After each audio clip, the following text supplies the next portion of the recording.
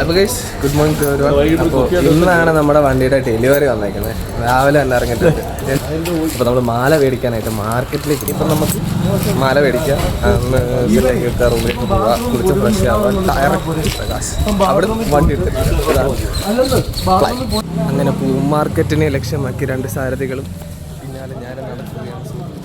അങ്ങനെ നമ്മൾ നടന്ന് ഒരു മാർക്കറ്റിലെത്തി. യശ്വന്ത്പൂർ മാർക്കറ്റ് എന്നാണെന്നാണ് സിവിഞ്ചി പറഞ്ഞത്. ഇനി നമുക്ക് നമ്മുടെ മാല മേടിക്കാൻ പോവാം. ഫൈനലി അങ്ങനെ നമ്മൾ മാലക്കട കണ്ടുപിടിച്ചു. ഇനി ഇവിടുന്ന് നമ്മൾക്ക് വണ്ടിക്ക് പറ്റിയ വലിയ മാല മേടിക്കണം. ഇന്ന വഴിക്ക് പുള്ളി ഇപ്പോൾ ഉണ്ടാക്കിയൊരു സാധനമാണ് ഇഷ്ടപ്പെട്ട്. റേറ്റാണ് പറയുന്നത്, കത്തിച്ച നമ്മൾ 1500 രൂപ കൊടുത്ത് മാല വാങ്ങി.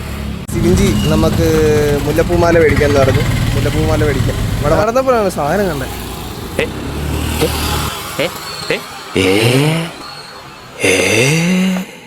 അങ്ങനെ നമ്മൾ മാല എടുത്തു, എല്ലാം പാക്ക് ചെയ്തു, നമ്മൾ റൂം വെക്കിയിട്ടു. നമ്മുടെ ലാസ്റ്റ് ഡേ ആണ് യശ്വന്ത്പൂരിലെ.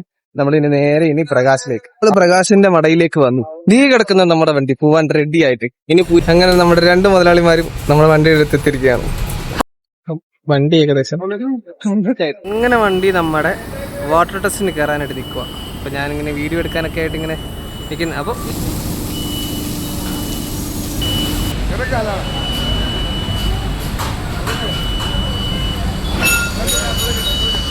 എക്സ്പെക്റ്റഡ് ആയിട്ട് നമ്മുടെ കിങ് ഓഫ് സീതോണനെ കണ്ടിരിക്കുകയാണ്.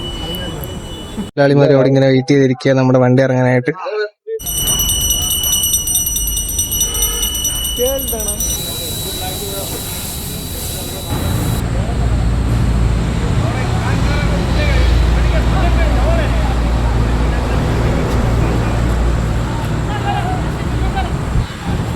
അപ്പം നമ്മുടെ വണ്ടിയുടെ പുതിയ കാര്യങ്ങളെല്ലാം കഴിഞ്ഞു. നമ്മുടെ വണ്ടി ഡെലിവറി എടുത്തു.